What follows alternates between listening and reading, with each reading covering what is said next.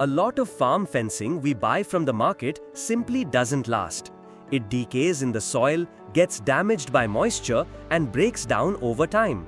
That's why we have to replace it every 2 to 3 years. That's where the Bahu-balli fencing poles by BSU come in. In my area, people use this product widely for fencing, and even vegetable farmers have adopted it to set up their plots. One of the best things about this product is that it comes with the best quality. Its strength and durability are impressive. And since it's treated and HDPE coated, it's also protected from rusting in the lane and from getting damaged under the sun. And I've seen firsthand how carefully it's made and how they maintain quality. The cost is less than half of painted iron fencing and even cheaper than concrete fencing. Traditional fencing, on the other hand, has high transport and installation costs, with extra expenses for handling and setup. Making cement or iron fencing causes a lot of damage to the environment.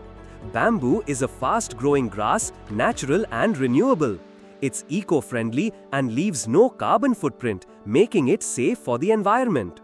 When we talk about lifespan, it's been 3 years on my farm and the strength is still the same as the first day.